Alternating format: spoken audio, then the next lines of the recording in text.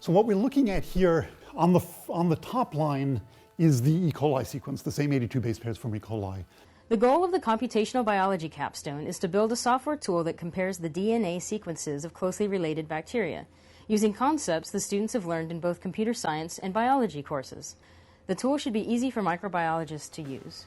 We're adding 902 pairs from this seeding, which don't have any blast hit with each other. And it has printed out a list of all of the strong and weak conflicts. It looks like we have 8 strong conflicts out of 1,800 and some. So the way to parse this is each parenthesis represents a new node on the tree.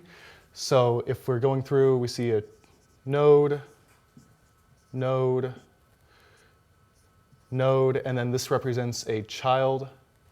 So 5, and then its evolutionary distance from the previous ancestor is going to be 0.2. Okay, it constructs all these files, and the ones that we care about are the leaves. I'll just run it for you guys. Also, these leaves are the ones that you're going to input into your guys' programs. So basically what we've decided to do is a lot of our false negatives are because the blast results are, their blasting is higher than our threshold, which was -5. So we've decided to focus on the false positives and to figure out what's going on there, because I think it's consistently high in everything that we do. The project that we undertook this quarter was to try to automate a type of investigation that microbiologists have been doing rather painstakingly recently. So the idea is to be able to take the genomes of closely related bacteria and try to understand what genes are in common among all of them, what genes might be unique that make one particular strain different from the other strains, to try to find out what genes have been gained and lost over evolutionary time as these strains diverge from each other, etc. What you'll see is that the students have spent most of the quarter working on just to try to determine what genes are truly corresponding in one strain to another. So the question is to try to determine what genes are orthologous among different species. There are going to be 3 different teams talking. 2 of the teams worked on this orthology prediction, and they're going to talk first. And then the 3rd team developed a system to try to help the first 2 teams to test how good their orthology predictions were. And so they will be the 3rd to speak. We titled our program OrthoFinder for orthologous, because we're finding orthologous genes. So basically the problem is that manual genomic analysis is very time-consuming and painstaking, and so by automating this process, we can answer questions as far as, like, if you get a new strain or a new genome for a particular species, like, how similar is it to everything else you've seen before? Is there anything like totally brand new in this, or is it very similar to what you've already seen? We take these pairs and we run a blast, and we figure out how similar every pair of genes is to every other pair. We rank them and we sort them, so we start with the highest ranked pair, and we go down the list, and if the gene is not in an ortholog family, then we start a new family. So by comparing the signature of a segment inside a gene, or inside a genome, and comparing it with the signature of the entire genome, you can determine how related they are. And we have 2 methods for determining the genome signature. The first method is by GC content, which is just the percentage of the nucleotides that are guanines or cytosines. The second method is based on the dinucleotide relative abundance. We have a hypothetical scenario, which is that Tartan Mampa is a microbiologist, and he wants to make it big. And a new strain of drug-resistant TB breaks out, and he wants a quick way to find out what's different about this strain versus other strains, what's similar, what makes it like them, so what genes does it share with other strains. It can look at those similarities for drug treatment. Are there any unique genes that might convey this new drug resistance? So you might be able to develop a new drug that targets that gene and knocks it out, something like that. So it would be really great if there were a tool that would do this for him. One of the big questions for our project is, how do we tell if 2 genes are orthologous? There are some things that we can do to predict it. So one way is that if two genes look really, really similar, so their sequences are similar. The genomes themselves are very large, and especially when you run the reciprocal blast hits, where you're running blast against every single combination of genes from one genome to another, it results in a large number of data structures that we have to handle. So first, it's too slow to actually keep in the files that we start out with, to constantly be searching the files, and then it's too large to store in local memory. So this is why we chose to actually use a database backend, because we figured that it would be faster to use.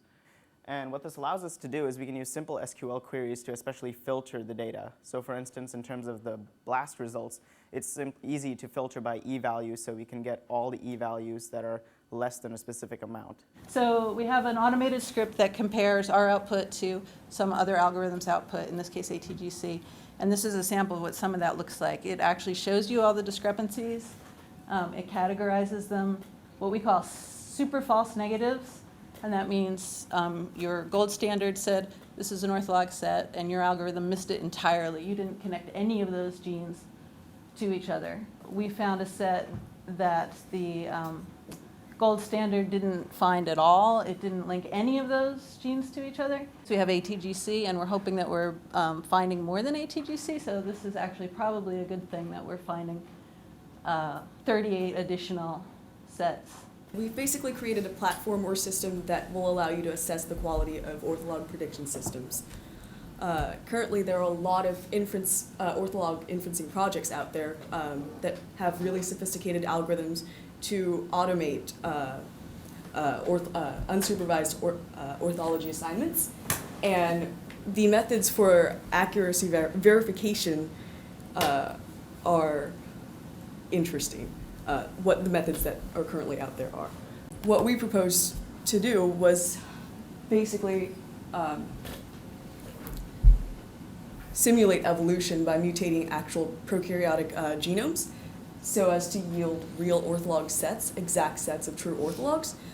This would allow us to use these computationally generated mutated genomes to determine exact statistics around the matchup between the inferenced ortholog sets and the true ortholog set. There are a few different kinds of mutations that we'll see in biology. For a given genome that we'll take as an input, there's individual nucleotide level mutations where we can see substitutions and insertions and deletions in a given sequence. And then there's basically whole genome scale mutations where a particular gene may be rearranged from one place to another in the genome, changing the order of the genes in the sequence. A gene may be laterally transferred from another species. It may be copied from one place in the genome to another, or it may be entirely lost. We need to simulate basically all these for taking a particular individual species genome to create a simulated offspring, basically, that might have survived. Around that, we wrapped a phylogenetic tree creation system. So you can specify a phylogenetic tree in a standard Newick format, giving it distances or weights for its children that'll specify the phylogenetic distance. From that phylogenetic distance, we'll then generate a tree of genomes. From that tree, we can recreate the history of all the genes and use that for validation of ortholog or the other team's ortholog predictions. We also output this validation in ATGC format, so it can be used as a comparison using Chris's evaluator tool to evaluate against any other format that evaluates orthologs using the ATGC system. Why it is that evolving these genomes is a way of figuring out how good an orthology prediction is?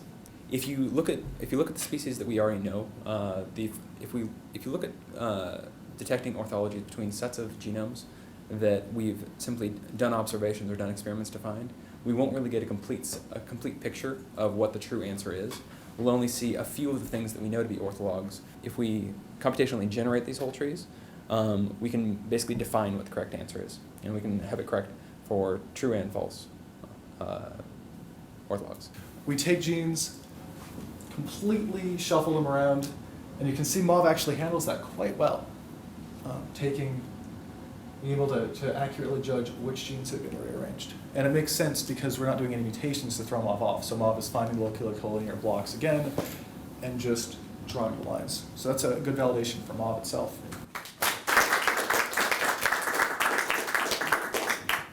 I think you all did a great job.